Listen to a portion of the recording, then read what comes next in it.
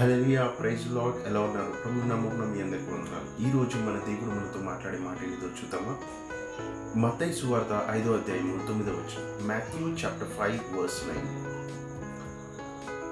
Blessed are the peacemakers, for they shall be called sons of God.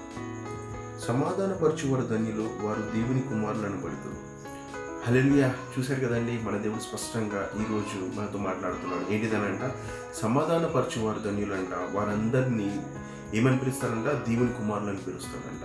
అవునా? అయితే దేవుడు ఈరోజు నువ్వు అనుకుంటున్నావా, ఏంటి నేను దేవుని వాక్యం ప్రకారం నడుచుకుంటున్నా కదా దేవుణ్ణి నమ్ముకొని నేను ముందుకెళ్తున్నా కదా, ఆయన నియమాలను పట్టుకొని నడుస్తున్నా కదా, ఏంటి నాకేం లాభం రావట్లేదు, నా పట్ల ఏం మేలు జరగట్లేదు, ఏంటి నాకు ఏదో ఒక కొదువు వస్తుంది, నిజంగా ఆయన చిత్త ప్రకారం వెళ్తున్నానా అనే తలంపులను ఉన్నావా? అయితే దేవుని వాక్యం స్పష్టంగా సెలవిస్తుందండి. ఏంటిదనంటే, సమాధానపరచువారంట ధన్యులంట.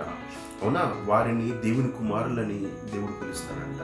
అయితే నువ్వు అనుకుంటున్నావేమో, ఇన్ని రోజుల్లో నీ ప్రయాసం ఏదైతే నువ్వు పడ్డావో, ఏదైతే నువ్వు సమాధానంగా ఉన్నాను అని అనుకుంటున్నావో, దానివల్ల నాకేం వచ్చింది అని అనుకుంటున్నావు. అయితే దేవుడు చెప్తున్నాడు, నిన్ను ఆయన కుమార్తెగా దేవుడు పిలుచుకుంటాడంట.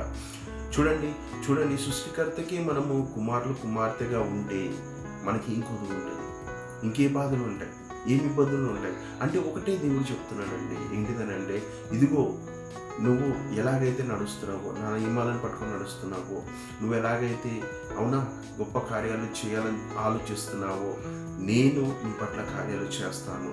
నువ్వు ధైర్యముగా ఉండు, నీవు నా సొత్తు, నీవు నా కుమారుడు, నీవు నా కుమార్తెవు, నేను నీ పట్ల కార్యము చేస్తా, నేను నిన్ను నడిపిస్తా, నీ పట్ల మేలులతో నింపుతా, బలమైన కార్యాలు చేస్తా. ఎక్కడ కుంగిపోవద్దు, ఎక్కడ దుఃఖపడవద్దు, ఎక్కడ వేటి గురించి ఆలోచించవద్దు.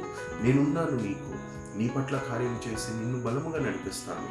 సమాధానముతో నడువు, ఆయన నిన్ను ఆస్తికర్తలంగా చేసి నిన్ను బలముగా నడిపిస్తాడంట. అవునా? చిన్న ప్రేయర్ చేసుకుందామా?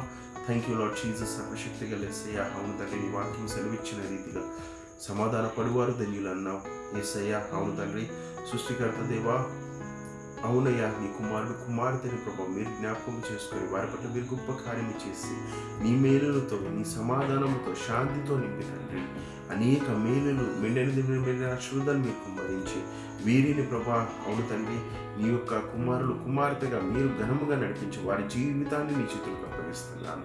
యేసు నామములో నేను ప్రార్థిస్తున్నాను తండ్రి. ఆమేన్.